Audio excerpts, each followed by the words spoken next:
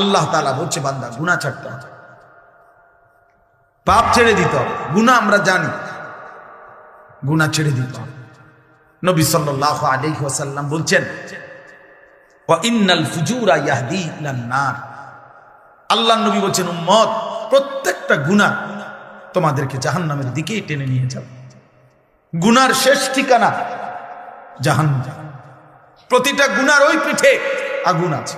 প্রতিটা মিথ্যা, চুরি, ডাকাতি, জিনা, ব্যভিচার, মদ, জুয়া, নাচ, গান, হারাম যত আয়োজন, খোদার কসম ওই আয়োজনের সৌন্দর্য না, ওই আয়োজনের মধ্যে আগুন জ্বলে। এই জন্য বেহায়া নর্তকীর হাসির মধ্যে হাসি নয়, ওটা আগুন জ্বলে।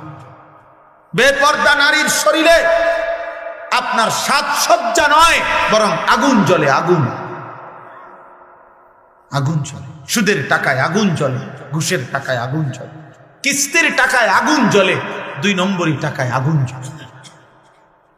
আগুন জ্বলে। সুখ আসবে না, স্বস্তি আসবে না, নিরাপত্তা আসবে না, নিরাপত্তা আসবে না।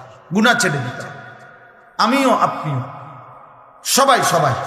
ওয়াযারু যাহিরাল ইসমি ওয়া বাতিনা। আল্লাহ বলছে বান্দা প্রকাশ্য গুনাহ ছেড়ে দাও, গোপন গুনাহ ছেড়ে দাও।